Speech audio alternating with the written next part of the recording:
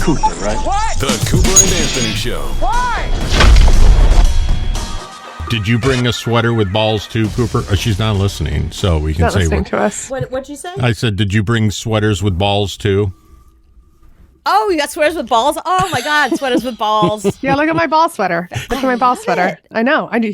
Anthony knew you would love it. I said Cooper's going to love that. Because he was like, what is that? I was like, it's a ball sweater. Wait, are you ready for this? I'm wearing a penis necklace. Shut your mouth. Yeah. Shut your mouth. I want a penis necklace. So you have...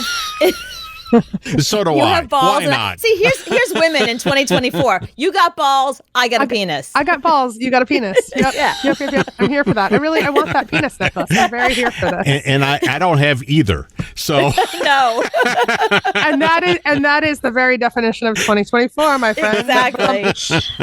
So here's what, I'm not even introing you. I'm just so excited that you're here. Okay, so my parents decided that what are they paying for a storage unit for? They're paying all this money for stuff that is barely worth the, whatever it is, the $20,000 a year they're spending. So they gave me a box of stuff. And what do I find? I found this Daily News. I found lots of Daily Newses, by the way. I found this Daily News. And the year is 2006. Oh, my God. Yeah, November. Stop it. November, I don't have my glasses. I'm gonna say 9th. What was? Doesn't really matter. November something. No. Yeah. 2006. 2006. And here's my favorite part. My favorite part is here's the Joe Piazza article in there about Kevin Federline. And who do you quote? You. Me and Anthony, because we had him on the show. Yes, you did. I remember this. this. We had him on the show, and he was talking shit about Britney and his kids and stuff like that. But you included us, and then there was a thing before about somebody else wrote it about Britney, and they included a quote in there too. But the more important thing is that you and me in 2006, like we were already nearly there. 20 years ago, my friend. Nearly 20 years ago. Well, we were teenagers then. Where's we were K-Fed children. now? What is he doing How now? many kids does K-Fed have now is the question. How many does he have with the new wife? He had 2 with the Britney, right? Right, we know that. Okay. Preston and not Preston. Preston and the other one. Preston and the other one. And what does a Kevin Federline do now for a job? Actually, he has a daughter. He's got 2 children with the new wife, so he's got 4 kids altogether. Okay. All right, that's not that many kids. That's like only like a third of the kids that Alec Baldwin has. That's true. Right. If you look at it like that, that's true. What does he do for money? He's living off of the money that he got from Britney. Is he still of course. getting palimony? I'll bet he is, because I think he has most custody of those kids. That's why he has the child support money, because the kids until But they they're turn 18. 36 now. they're still young. They're still children. Can I just say that it took me today to realize, because as I was looking at your book, I was thinking like you just spent time in Sicily. Yeah. And got back. The Sicilian Inheritance we're talking about, which is, let me just say right now. So Joe Piazza, not only are you a best-selling author, podcast creator, award-winning journalist, by George, you've done it again. Your new book is already a huge success. It's the editor's pick on Amazon. It was in Page 6, People, the Daily Mail, Forbes, the New York Times. Every time I turn around, somebody else is writing about it. You went from, I have a new book out, to like superstar in such a short period of time. Is it so? How does that happen? Is it that your fans were waiting for this next book? Is that really what's happened now? I'm going to tell you the truth, and I haven't told anyone this yet. I think it's because I'm a Sicilian witch. I really, I cast a spell on this book. Honestly, Sicilian Inheritance is the best book I've ever written. It's loosely based on like a very real story in my family, and a story that my dad had always wanted to learn more about, and a book he wanted to write, but he passed 7 years ago. And I just think I was meant to write this book at this moment. And it's resonating with people. In the past, it's been in the world for 2 weeks now, 2 weeks tomorrow. And I'm getting hundreds of letters. I mean, by letters, I mean DMs, because those are letters Right, yeah, these days.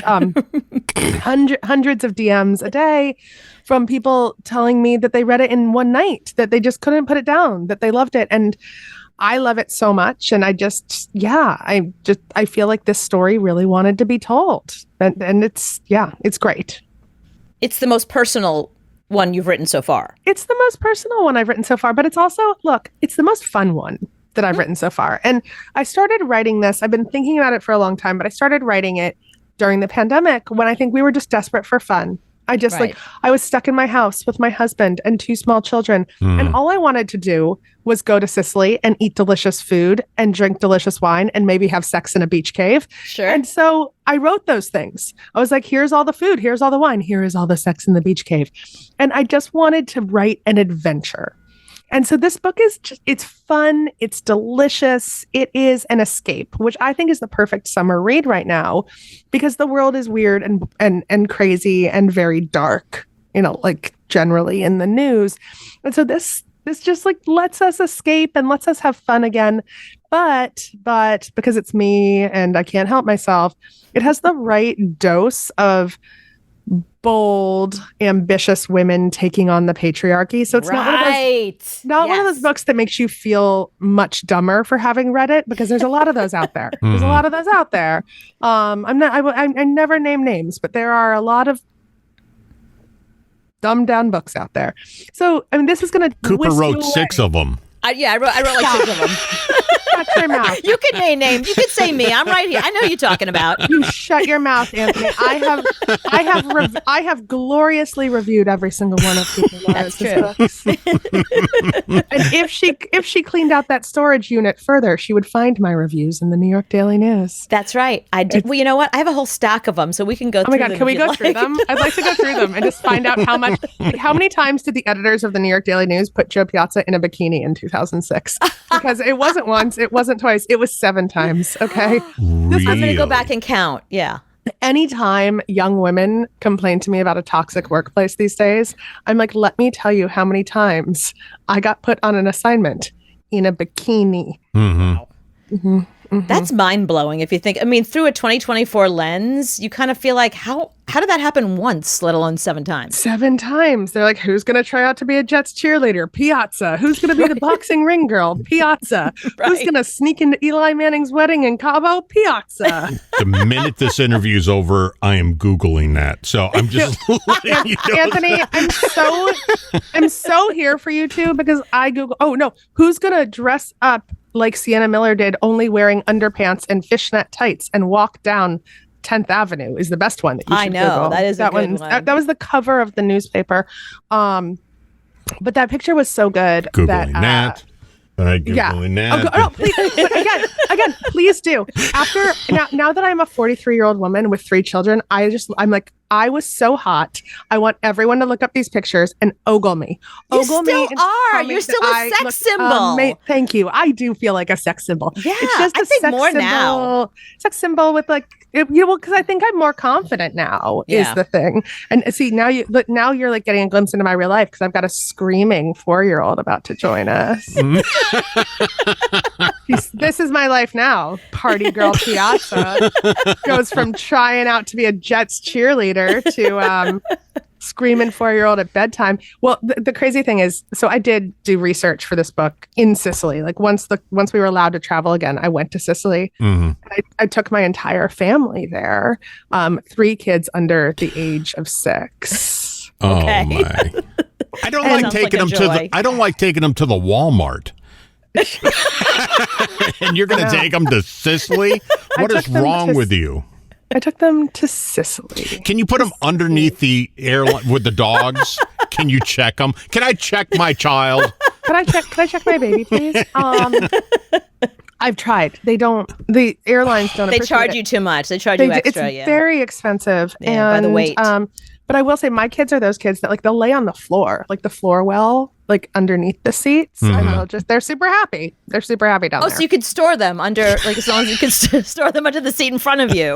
I get yelled at for putting my bag there, but no, your 3-year-old can lay there. She just lays there. Yeah. They're like, "Excuse me, Anthony, please put your backpack under, all the way under." And my kid is like naked. Just Well, it's genetic. You were in a bikini, your kid's naked. We all take off our clothes. All the Piazza Asters. So, what was the best thing about Sicily with children? I got to know that. Well, here's how I explain it to people.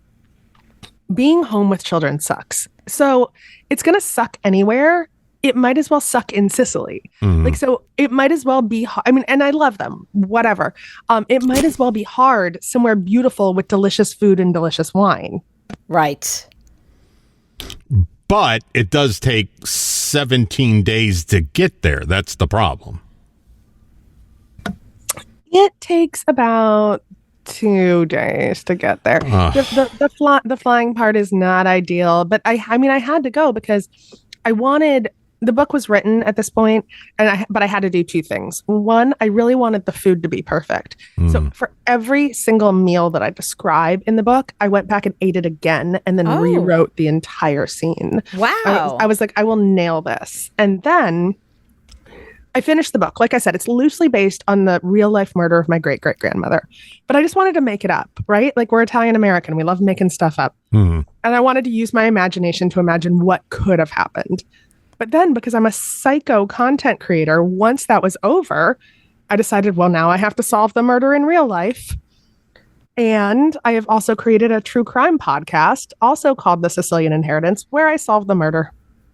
I listened to it. I thought it was very good. I thought the book is very good, but I think as an accompanying thing and also as it's separate, they both live in their own space, but together they work. And it's such an interesting, because, as you're reading the book, you're thinking, if I didn't know you, like, so much of this really feels true. I mean, everyone is interested in their ancestry right now. Everyone's doing 23andMe. They want to know, what do I have? Who am I related to? Is somebody famous? Like, everybody wants to know that right now. So the timing for the book is perfect. But then the podcast is a really deep dive and a very honest.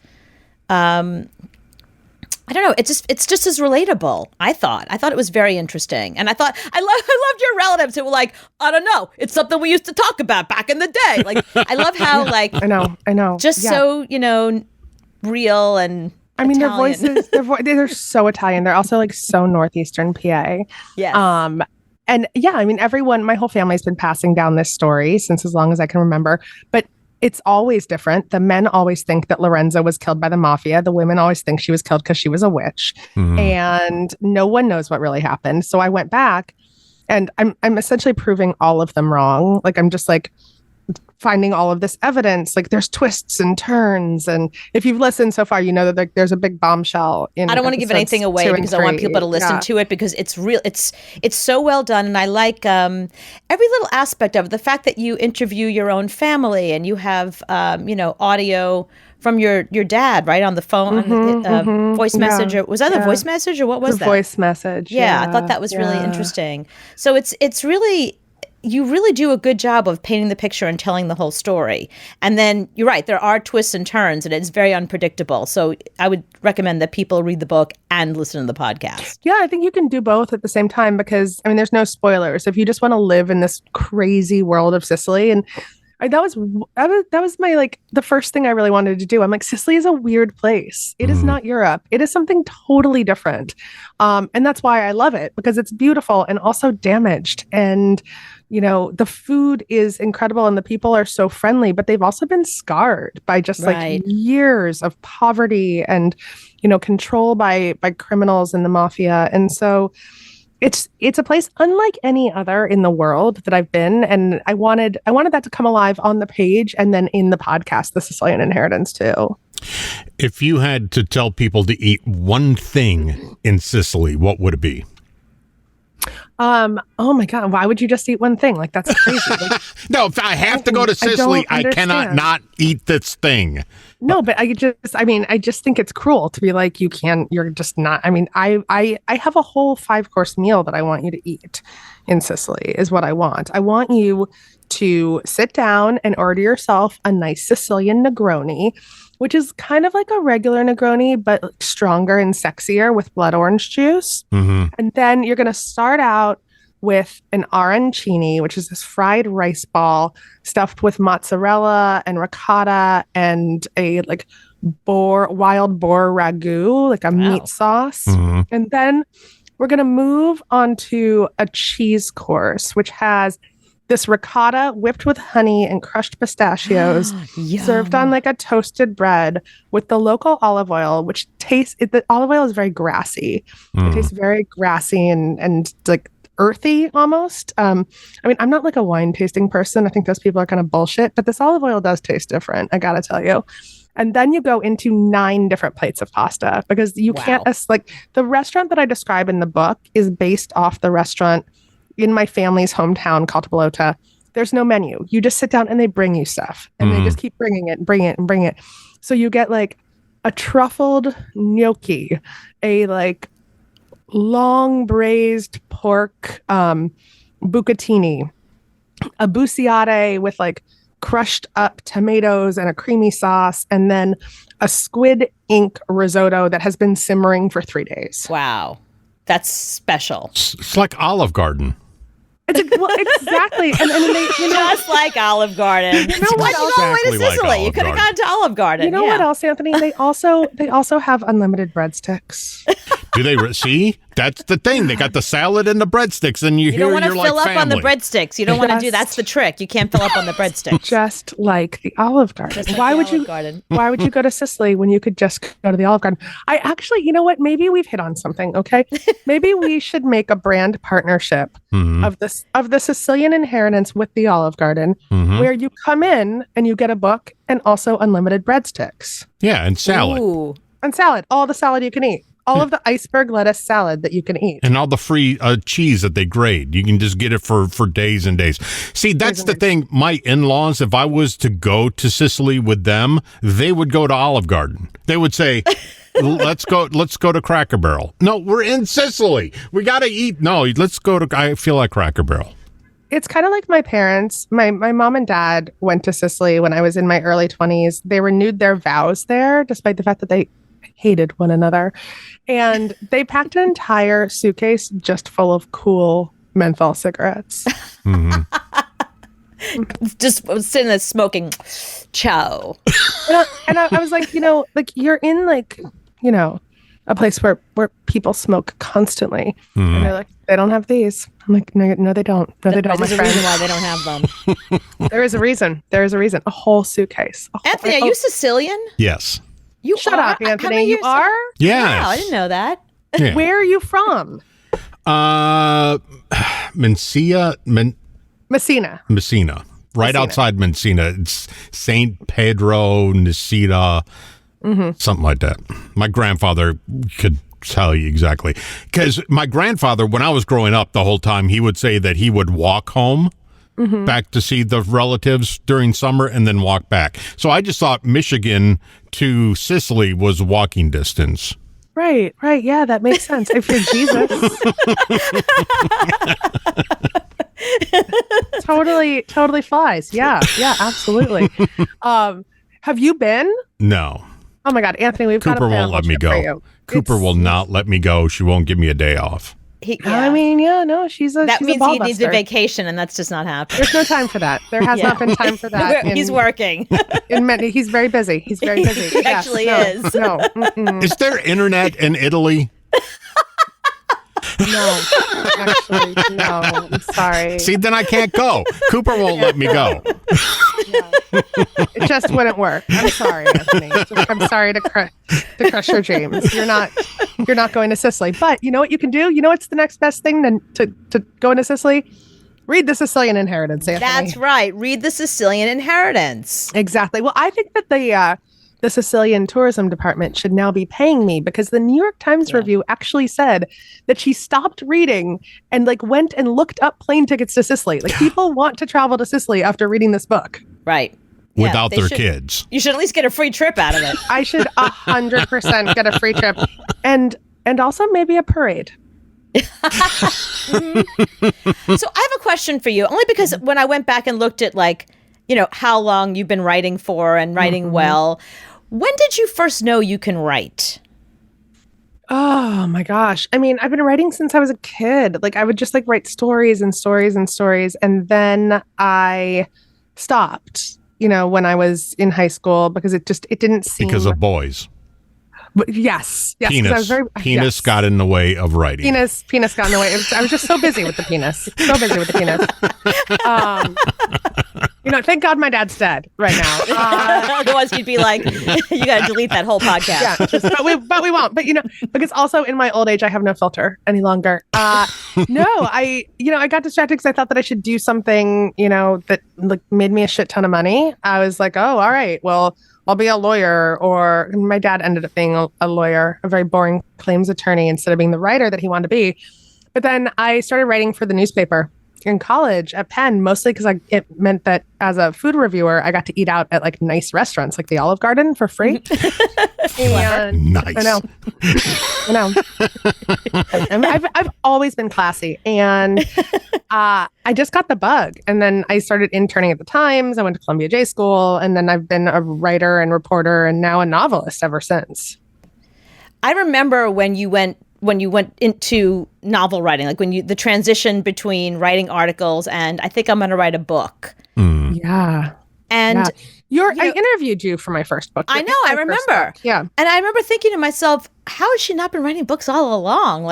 It was such a natural progression. And then the success of every book, you've never had a non-successful. Do you worry that that's coming? That at some point you're going to be at some point there'll be a real dud. Yeah. I thought this was great. I was buying it. Oh, I've had books that have not sold that well. I have. All authors. No, you haven't. Okay, maybe Cooper's for had you 6 of they them. haven't. Yeah. But Cooper's had 6 that didn't sell well. Yeah, well, you know what? I mean, who buys books? Your readers, that's who. My readers right now are buying books. Actually, we're sold out right now at bookshop.org, and we're sold out of most indies right now. Amazon and Barnes & Noble seem to be the last place that you can get it until the reprint goes through. So That's exciting. it is exciting, but also 2 weeks in, you're having reprints already. Yeah, no, we've got a reprint coming right now. Yeah. So, I mean, it's great. I don't know. I mean, yeah. I mean, a dud is always on the horizon, right? Not for you. You're there. You're one of those people that people are waiting for your books. So is the pressure on now? Are your publishers okay, so what's next? Okay, 2 weeks in. I wish. That's awesome. I actually wish. No, I mean, I still have to fight to sell every book. I do. It's just the reality of the publishing industry. I just sent my editor the outline and 3 chapters of my next book. And I'm waiting on pins and needles and what's going to happen? Is she going to like it? Are they going to buy it? Nothing's in publishing. Nothing is ever a sure thing. Right. I got the next book. So your family is from Cowpen, South Carolina. And you have to travel there and find them and take your kids and then go to Olive Garden. And then, does someone get murdered at Olive Garden? Because we really need a twist. People get killed all the time here. It's South Carolina. In South Carolina. And is Alec Baldwin there? So that's your next book. Cowpens, South Carolina. Cowpens, South Carolina. Okay, done. Easy peasy. I got it. We just play a name where Anthony gives me 5 words and then I write a novel about it. It's like Mad Libs with Anthony. It'll still be a bestseller. That's what's so scary. It'll just be a bestseller automatically. Give me an adjective. I don't know what an adjective is. It's mad. It's just mad libs novels is what it is. A noun. What is that? What's that? How's that work? So confused.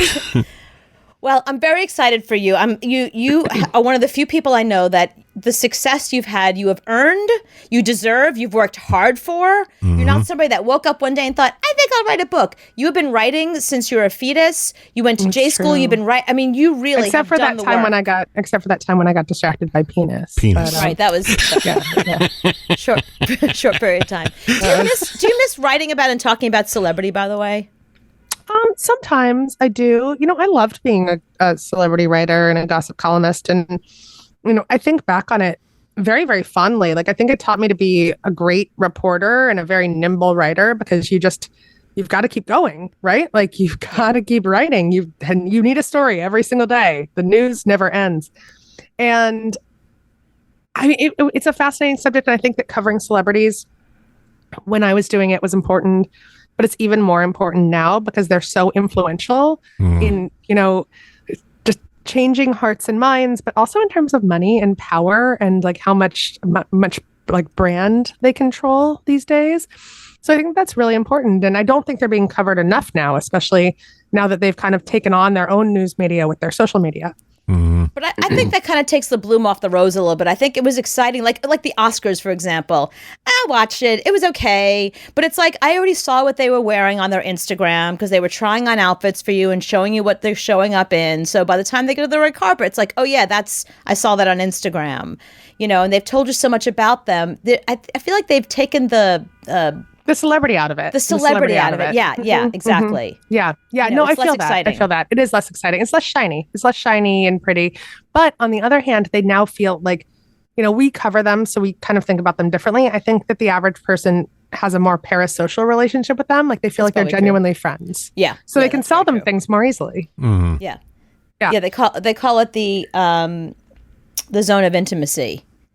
Yes, exactly. Right. But we're like, you think you're tight with them because you know so much about them and they share so much. Like, I feel like if I met Jennifer Aniston, we'd be best friends. I mean, I know so much about her. I follow her. I know exactly what she's thinking and doing. But the truth is, I don't know her and she doesn't know me. And you better FaceTime nothing me. Nice about her. That minute, you better FaceTime me. Hold on, I got to call somebody. Yeah, exactly. No, it's true. But I couldn't cover celebrities now because I don't know who anyone is. Like, I watch the Academy Awards and I know like anyone younger than 40, I don't really know. I couldn't tell you a single popular singer these days except for Taylor Swift. Right. Well, you better get with it because your kids one day are going to come home and be like, I want the new, and it'll be some artist you never heard of album, and then go to that concert. They don't know what the album is. They don't know what album They don't know what the album is. I guess we're like dildo baggins now. Right, and I'm like, fine. All right, I'm a big dildo fan. Right. Cool.